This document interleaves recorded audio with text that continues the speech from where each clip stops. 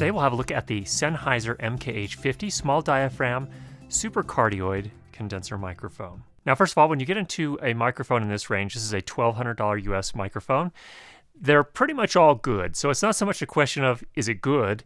It's really more of a question of, what's it most suited for? What circumstances and for what types of voices does it work best? So let's take a look at that. This entire episode is recorded with the Sennheiser MKH50.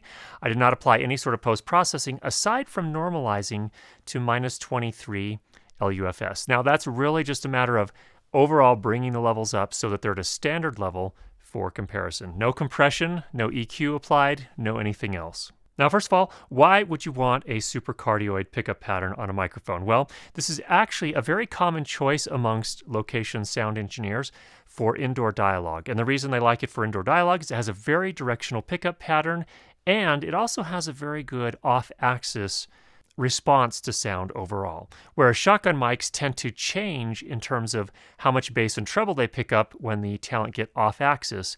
That's not so much of an issue with a small diaphragm Super Cardioid condenser microphone. The difference between a Super Cardioid and a Hyper Cardioid? Well, a Super Cardioid generally has the same tight pickup pattern on the front. However, it has a little bit less, in general terms, pickup pattern on the rear of the microphone, which, in my estimation, actually makes it better for indoor dialogue, especially if you're in a reverberant room. Does it really make a difference? Well, here's a comparison from a previous episode between the Sennheiser MKH50 and the AudioTechnica 4053b. The AudioTechnica is a hypercardioid pickup pattern mic, whereas the MKH50 is super cardioid. The MKH50 has two recessed switches on the flat side of the mic. One is a high-pass filter, or a roll-off filter as they call it, and this reduces the low-frequency hum and proximity effect that you get when you are working with the microphone in close. It also has a 10 decibel pad for when you're recording things that are really, really loud, like a guitar amplifier. The high pass is especially important when hand booming, even with the included shock mount, because the mic tends to be a little bit sensitive to handling noise. That high pass filter does a really nice job taking care of that really low frequency rumbly sound you can get when you're hand booming a microphone. Now, as I mentioned before, one of the reasons to use a super cardioid small diaphragm condenser mic indoors for dialogue versus a shotgun microphone is that the overall pickup frequency response of the microphone tends to remain pretty even when you get off axis versus a shotgun microphone where that's not so much the case, where oftentimes the bass and the treble response changes pretty dramatically. Here's one example. Here I have the Sennheiser MKH50 boom just above me. I'm directly on axis right now, and what I'm going to test here is moving off axis a little bit and seeing how the microphone responds. Ideally, what we're looking for is a mic that maintains the amount of bass and treble that it picks up as you walk off to the side. So right now, here is the sound when I'm directly on axis, and I'm going to now move to 45 degrees.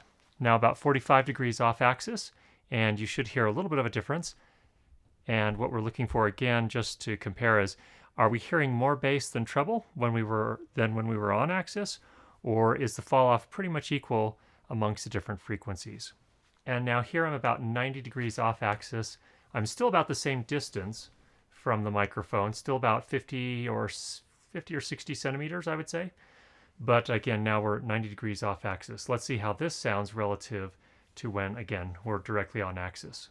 And just for reference, again, here is directly on axis with the microphone.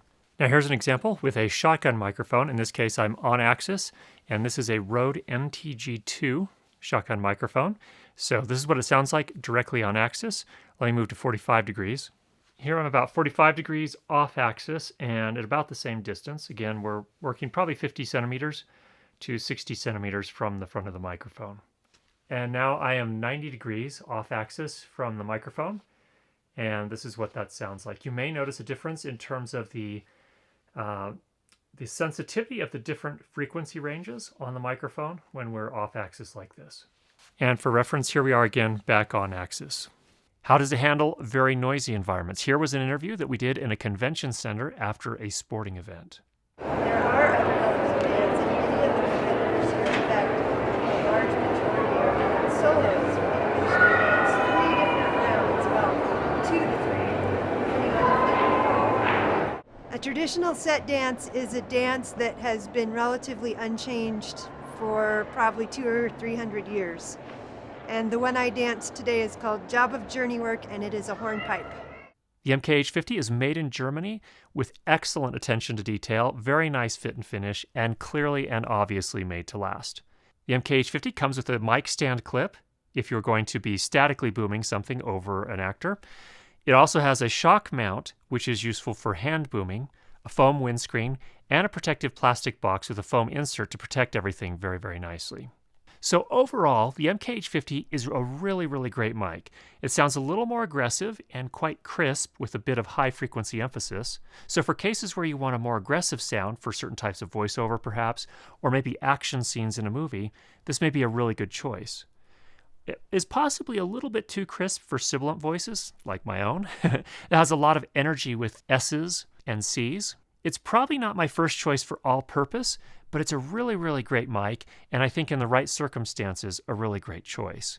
If you have any questions, go ahead and leave those down below, and if you haven't already subscribed, make sure you do that, and we'll be sure to get you more great videos on how to improve your lighting and sound for video. Talk to you soon.